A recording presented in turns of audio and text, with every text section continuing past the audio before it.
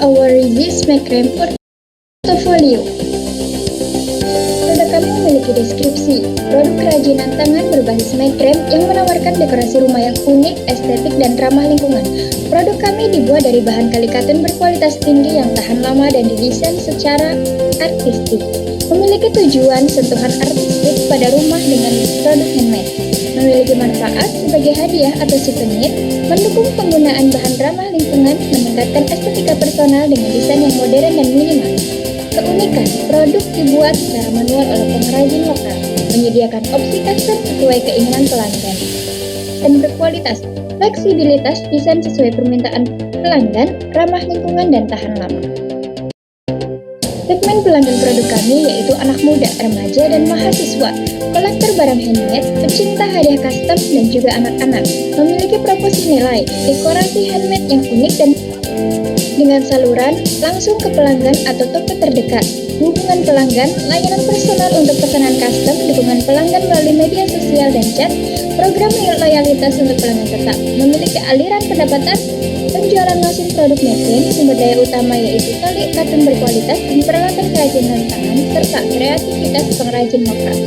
Aktivitas utama kami yaitu produksi produk make-cream, promosi dan pemasaran melalui media sosial, pengemasan dan pengiriman produk.